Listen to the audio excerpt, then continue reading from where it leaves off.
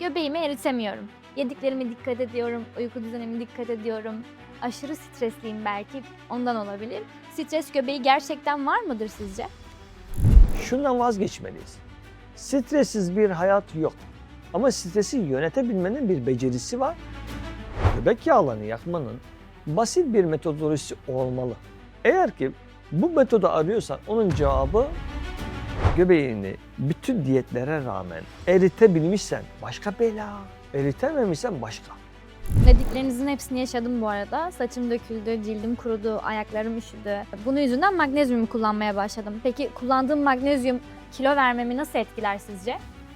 Çok hata yapacaksın. Bir, magnezyumla bütün bu hatalarını kapatabileceksin. Hayali süslü bir fantazidir.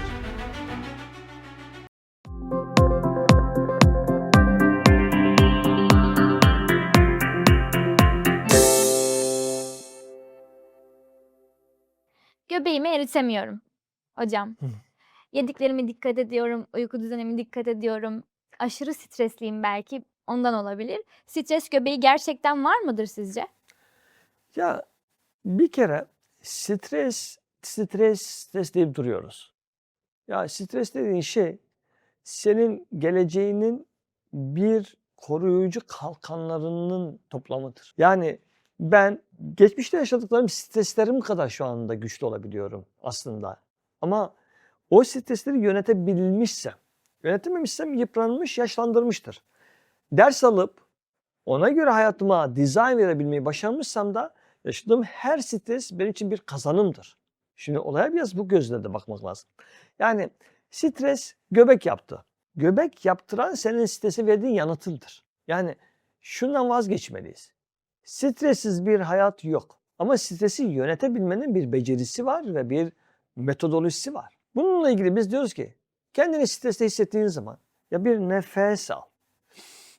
Bir nefes al. Bir 3 saniye, 5 saniye bir kendine gel, bir dur, tekrar değerlendir durumu, bir dur. Bunu yapmadığın her zaman da sen stresi kortizona, kortizonu da göbeğe çevirirsin. Dolayısıyla stresi suçluyor olmaktan bir çıkmamız gerekiyormuş. Göbek yağlarını yakmanın basit bir metodolojisi olmalı. Eğer ki bu metodu arıyorsan onun cevabı anı yönetmekte gizli. An dediğimiz kavrama fark etmeli. Nedir burada?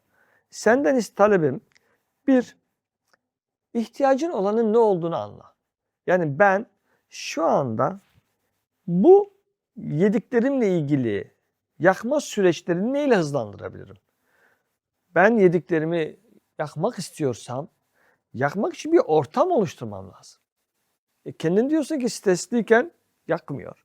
Stresliyken enerji üretemiyorum. O yüzden çılgına dönüyorum. O yüzden üzülüyorum. O yüzden ağlıyorum. O yüzden yıpranıyorum. O yüzden yaşlanıyorum. O zaman bir geri çekil. Orada kalma. Yani ortada bir yangın varken kimse yangının içinde kalır mı? Kalmazsa, çekilirse yangının zararından kendini korur. Çekil diyoruz biz de. Çekilmenin adı nefestir. Çekilmenin adı kişinin yeni bir düşünsel yol bulmasıdır. İnsanlar aynı hataları yapıyor, farklı sonuçları bekliyor. Bana diyor ki, bana bir fanus ver doktor bey. Bu fanusla ben kilo vermek istiyorum diyor. Ben seni fanusların içine alırsam, senin fanustan çıktığındaki halini biliyorum. Daha bir saldırgan, daha bir iştahlı, daha bir böyle özlemiş, yanlışları özlemiş bir sen olursun. Yanlışları özleyen sen olduktan sonra ben sana fayda değil, sana bilakis en büyük zararı veren doktor olurum. Bunun adı da doktorluk değil. Yani seni bir fanus alacağım, bir diyet listesine gel bakalım bir kabak kür yapacağım, gel bakalım bir su diyeti yapacağım, gel bakalım sana bilmem ne diyetleri yapacağım. Bir fanusa davet ediyorum seni. Sen de güle isteye, bile isteye geliyorsun ve ben bu fanusun içinde ne güzel kilo gitti, göbek gitti Allah'a şükür dedin. Ama fanus kalktı. Bizim Asya yine gitti evindeki eski alışkanlıklarına, yine gitti eski alışkanlıkları olan restoranlara, yine gitti eski davranışlarına. Bu gidişleri normal gidiş değil ki. Daha bir iştahla gitti. Niye? Kendine ödül veriyor. haftalardır yememiş yavrum böreği, haftalardır yememiş lahmacunu, haftalardır yememiş onu bunu. Bu sana bir çözüm olmaktan çok uzak bir şey. Dolayısıyla göbeğini bütün diyetlere rağmen eritebilmişsen başka bela, eritememişsen başka. Yani eritememişsen ciddi başka bir konu daha var. Burada senin enerjiyi üretebilme becerisini kaybettiğinin acı bir haberi var. Bu acı haberi alamamışsan sen kendi adına halen dirilip durursun, fanuslardan medet umarsın. Çünkü insan biyolojisi adaptif gücüyle bugünlere gelmiş çok özel bir varlıktır. Dinozorların yaşadığı yeryüzünden silindiğini unutma. Dinozorların yok olduğu bir yeryüzünde insanoğlu yaşamını, hayatını sürdürebilmiş özel bir varlıktır. Yani özelliğimiz de dinozorların adapte olamadığı bir yaşam ortamına adapte olabilen bir varlığız. Yani açlığa da adapte olabiliyoruz. Yani sürekli aynı diyet listelerine içine girip 3 tane ürünle de aylarca yaşamaya adapte bir varlığız. Bu adaptasyon bizim aleyhimize işliyor böyle zamanlarda. Bize zarar veriyor. Dolayısıyla biz bu adaptasyonu kötüye kullanmış oluyoruz. Yani düşük kalorili beslendiğinde sen düşük kalorili bir asiye olabilirsin. İşte o çok tehlikeli demek istiyorum. Sen düşük kalorili bir enerjiyle hayatı sürdürmeye başlarsın. Bunun ne anlama geldiğini söyleyeyim sana. Bunun anlamı sabah yorgun uyanan bir Asiye. Bunun anlamı gün içinde enerjisiz yorgun bir Asiye. Bunun anlamı saçları dökülen. Bunun anlamı cildi kuruyan. Bunun anlamı ayakları üşüyen, elleri üşüyen bir Asiye. Kim bunu ister ya?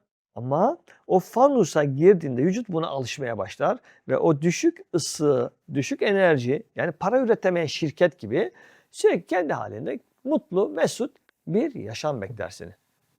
Ne yapmalı? Değiştirmeli bunu. Bunu dönüştürmeli. Ne yapacağız? Evet hocam, dediklerinizin hepsini yaşadım bu arada. Saçım döküldü, cildim kurudu, ayaklarım üşüdü. Bunun yüzünden magnezyum kullanmaya başladım. Peki kullandığım magnezyum kilo vermemi nasıl etkiler sizce? Çok hata yapacaksın. Bir, magnezyumla bütün bu hatalarını kapatabileceksin. Hayali süslü bir fantazidir. Evet, senin şikayetlerini kısmen rahatlatabilir ama asla senin için bir çözümün devamı olamaz. Ben magnezyum alma demem. Ama magnezyumla çözümü üretebildiğini sanma derim. Yine süreç bir başka yere tıkanacaktır. Bunu gör derim. O yüzden sana tavsiye edeceğim şey şu. Bu beden yemeklerin çeşitliliğinin zenginliğiyle geleceğe büyük bir yatırım yapan yapıya sahip. Ne demek istiyorum?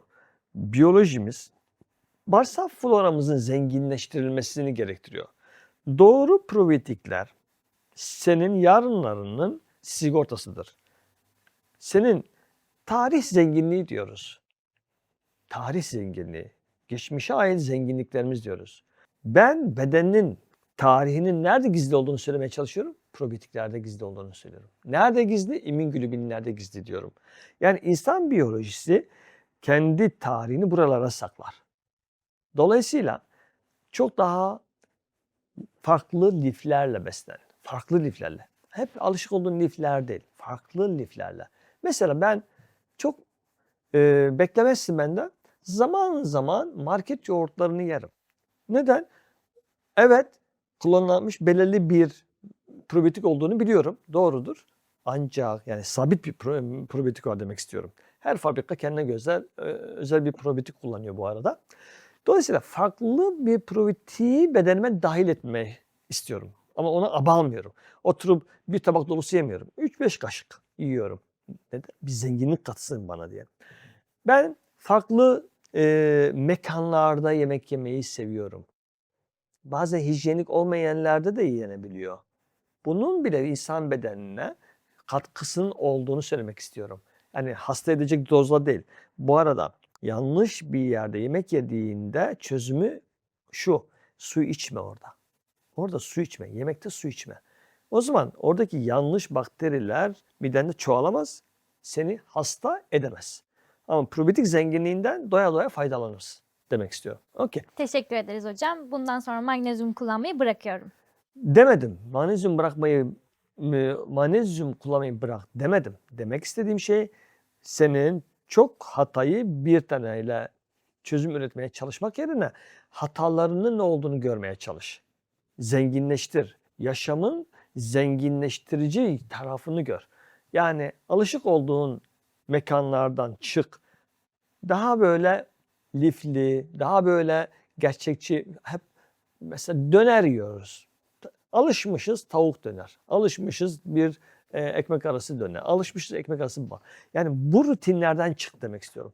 Onun yerine sen yepyeni bir gıda konseptiyle bağırsaklarını buluştur.